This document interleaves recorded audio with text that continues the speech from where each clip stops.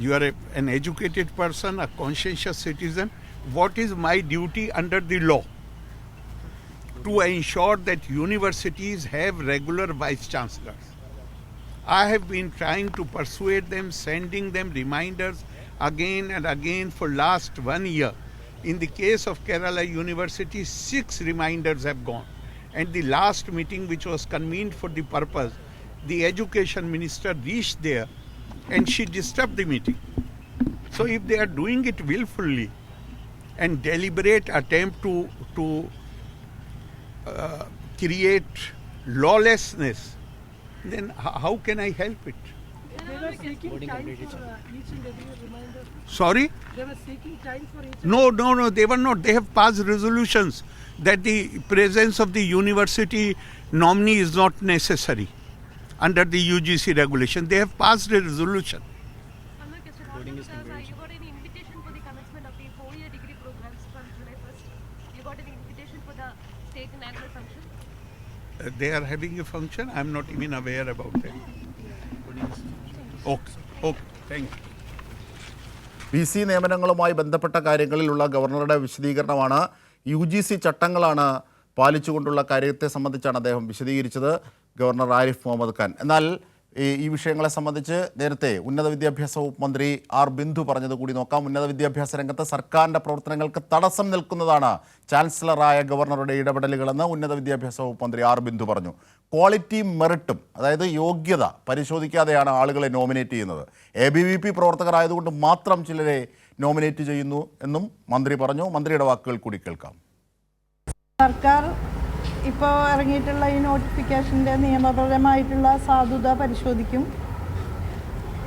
ഇപ്പോൾ പുതിയ എന്ന് പറഞ്ഞാൽ ഏറ്റവും ഒടുവിലത്തെ UGC റെഗുലേഷൻ 2018 റെഗുലേഷൻ വളരെ അയവാർന്ന രീതിയിലാണ് ഈ വൈസ് ചാൻസലർ നിയമനത്തിനുള്ള സമിതിയെ, സെർച്ച് കമ്മിറ്റിയെ സംബന്ധിച്ച് പറയുന്നത്. അപ്പോൾ നമ്മൾ അതിൻ്റെ സാങ്കേതികവും നിയമപരവുമായിട്ടുള്ള വശങ്ങൾ അന്വേഷിച്ചു കൊണ്ടിരിക്കുകയാണ്. ഏറ്റവും പെട്ടെന്ന് തന്നെ ഇക്കാര്യത്തിൽ ഒരു നിഗമനത്തിൽ എത്തിച്ചേരും. ഉന്നത വിദ്യാഭ്യാസ രംഗത്ത് ഏറെ നാളായി തുടരുന്ന പ്രതിസന്ധികൾ, ഗവർണർ രാഷ്ട്രീയം കളിച്ചുകൊണ്ട് ഉന്നത വിദ്യാഭ്യാസ രംഗത്തെ ഫ്രീസ്, അതിൻ്റെ പ്രവർത്തനങ്ങളെ ഫ്രീസ് ചെയ്യുന്ന തരത്തിലുള്ള പ്രവൃത്തികൾ നാം കണ്ടതാണ് തുടർന്ന് വരുന്നത്. ഇതിന് ബദലായി നിയമനിർമ്മാണ സഭ നിർമ്മിക്കുന്ന നിയമങ്ങളെപ്പോലും ഒപ്പിടാതെ സാങ്കേതിക അർത്ഥത്തിൽ തുടർന്നു കൊണ്ടുപോവുകയും ആ പ്രതിസന്ധിയെ കൂടുതൽ രൂക്ഷമാക്കുകയും ചെയ്യുന്നൊരു കാഴ്ച നാം കണ്ടതാണ്. ഇവിടെ ആർ ബിന്ദു വിശദീകരിച്ച കാര്യങ്ങളുടെ പിന്നാമ്പുറങ്ങൾ അതാണ്. ഇനി നമുക്ക് ഗവർണറിലേക്ക് അല്പം ഗവർണർ പറഞ്ഞതിലേക്ക് കൂടി ഒന്ന് പോകാം. അതിൻ്റെ വിശദാംശങ്ങളുമായി ഞങ്ങളുടെ പ്രതിനിധി എസ് ഷീജ ഉണ്ട്. ഷീജ, എന്തൊക്കെയാണ് ഗവർണർ പറഞ്ഞത്? പ്രധാനമായും ഏതായാലും നിലവിലിപ്പോൾ ഈ ഒരു VC നിയമനവുമായി ബന്ധപ്പെട്ടുള്ള കാര്യത്തിൽ അവരുടെ കൃത്യമായി ജോലി ചെയ്യുന്നത്, അതുകൊണ്ട് തന്നെ എന്റെ ജോലി നടന്നിട്ട് കാര്യമില്ല എന്നുള്ളതാണ് ഇപ്പോൾ ഗവർണർ ആരിഫ് മുഹമ്മദ് ഖാൻ പ്രതികരിച്ചിരിക്കുന്നത്. യൂണിവേഴ്സിറ്റികൾക്ക് കോടതിയിൽ ചലഞ്ച് ചെയ്ത സർവകലാശാലകൾ പോകുമല്ലോ എന്നുള്ള ചോദ്യത്തിന് കോടതിയിൽ പോകാൻ സർവകലാശാലകൾക്ക് അവകാശമുണ്ട്, അവരുടേതായിട്ടുള്ള അവകാശമുണ്ട്, അത് വിനിയോഗിക്കാം. പക്ഷേ തന്റെ തീരുമാനത്തിൽ നിന്ന് പിന്നോട്ടില്ല എന്നുള്ള കാര്യം തന്നെയാണ് വ്യക്തമാക്കിയത്. കേരളത്തിലെ 10-ലധികം സർവകലാശാലകളിൽ വൈസ് ചാൻസലർമാർ ഇല്ല.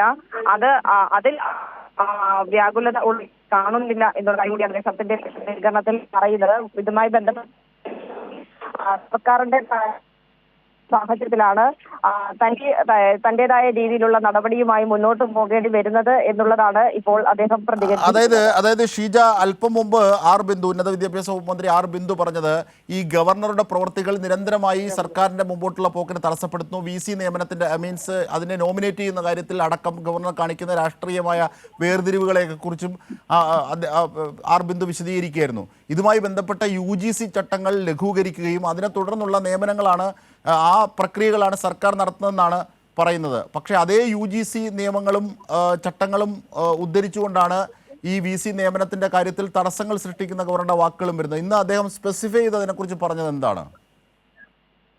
UGC, അതായത് ഈ സർവകലാശാല VC നിയമനവുമായി രൂപീകരിക്കുന്ന വിഷയത്തിലാണ് ഇപ്പോൾ പുതിയ തീരുമാനങ്ങൾ ഗവർണർ ഭാഗത്ത് നിന്ന് ഉണ്ടായിരിക്കുന്നത്. അതുകൊണ്ട് തന്നെ ഇതുമായി ബന്ധപ്പെട്ടുകൊണ്ട് സർവകലാശാലകൾക്ക് ഈ സർവകലാശാലകളുടെ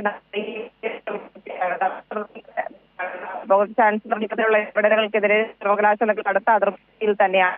ഈ ഒരു സാഹചര്യത്തിൽ സർവകലാശാലകൾ കോടതിയിൽ പോകാൻ തീരുമാനിപ്പെടുത്തിയത് ഇത് സംബന്ധിച്ചുള്ള ചോദ്യം ചോദിച്ചത്. അതിലാണ് അദ്ദേഹം പറഞ്ഞത് UGC മാനദണ്ഡം അത് പാലിച്ചു തന്നെയാണ് താൻ കാര്യങ്ങൾ ചെയ്യുന്നത്. അതുകൊണ്ട് തന്നെ ഇതുമായി ബന്ധപ്പെട്ട് ആർക്കെങ്കിലും കോടതിയിൽ പോകണമെങ്കിൽ കോടതിയിൽ പോകാം. അത് അവരുടെ താല്പര്യമാണ്. അതിൽ തനിക്ക് മറ്റൊന്നും മറിച്ച് പറയുവാനില്ല. പക്ഷേ സർക്കാരിന്റെ ഒരു തരത്തിലുള്ള അതിന് സർക്കാരിന്റെ പ്രവർത്തനങ്ങൾ കൃത്യമായി നടക്കാത്തത് തന്നെ ഉണ്ടാകുന്നത് എന്ന തരത്തിലാണ് അദ്ദേഹം മറുപടി നൽകിയത്. ശരി, ഷീജയാണ് വിവരങ്ങൾ വിശദാംശങ്ങൾ നൽകിയത്. ഗവർണർ പറഞ്ഞതും അതിനു മുമ്പായി ഈ കാര്യങ്ങളെ സംബന്ധിച്ച് ബിന്ദു വിശദീകരിച്ചതുമാണ് നാം കേട്ടത്. ഇതിൻ്റെയൊക്കെ വിശദാംശങ്ങൾ കൂടിയാണ് ഷീജ നൽകിയത്.